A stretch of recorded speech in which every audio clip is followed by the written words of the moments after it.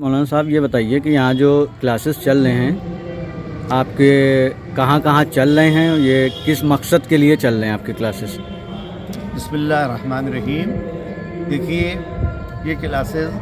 آج سے نہیں 25 سال پہلے سے، جب ڈاکٹر کلب صادق صاحب قبلہ اللہ مقبول زندہ تھے، اس زمانے سے یہ پروگرام ادارہ مقصد حسینی کا چل رہا ہے۔ اور سب سے پرانا اور سب سے قدیم، اگر آپ دیکھیں گے، جس زمانے میں کلب صادق صاحب زندہ تھے وہ آتے تھے اور آنے کے بعد اپنے دست مبارک سے انعامات تقسیم کرتے تھے، اور اس کے اندر سن و سال کی قید نہیں تھی، بلکہ ہر سن و سال کا حبیب ابن مظاہر کے عمر والے، خدا ان پر رحمت نازل کرے، وہ لوگ بزرگ محلے کے شامل ہوتے تھے۔ ہمارے پاس پورا ریکارڈ ہے، ہمارے پاس پوری تصویریں ہیں جس میں دیکھا جا سکتا ہے۔ جس زمانے میں پورے لکھنؤ میں کہیں کلاسز کہیں صورت سے نام نہیں تھا، ہوں گے کہیں پر ہوتے ہوں گے، وہ ہمارے علم میں نہیں ہے۔ ایسا تو نہیں کر سکتے کہ جو چیز ہم نہیں جانتے ہیں وہ علم وہ ہو سکتا ہے، وہ ہو کہیں پر ہو سکتی ہے، میری نالج میں نہیں تھے۔ بہرحال یہ ادارہ مقصد حسینی کی طرف سے 30 جگہ پر سنٹر بنائے گئے ہیں ادارے کی طرف سے، جہاں کے اوپر قرآن،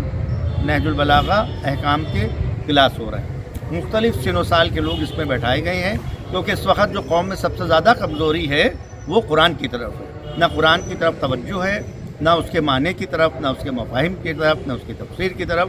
ٹھیک ہے، یہاں کے اوپر کوئی توجہ نہیں ہے۔ جس صورت سے اب علماء نے کوشش کی اور انقلاب ایران کے بعد کوشش ہوئی، جو آپ کو کچھ یہاں کے اوپر جھلک دکھائی دے رہی ہے، اس لیے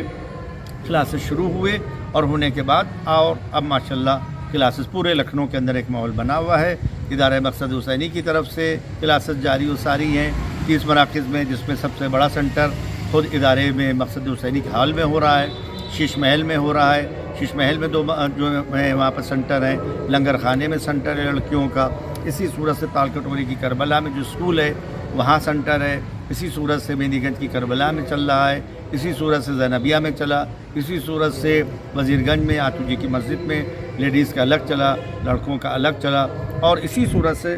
آپ اور جو بہت سی مساجد ہیں وہاں کے اوپر چلا۔ 15 مساجد ایسی ہیں جہاں کے اوپر اس کا دروس کا سلسلہ جاری و ساری رہا۔ اور ماشاءاللہ لکھنؤ کے باہر بھی کوشامبی میں لکھیم پور کیری کا گاؤں ہے، وہاں پر کے اوپر بھی یہ کلاسز چلے ہیں، اور ماشاءاللہ پروردگار عالم کے لطف و کرم سے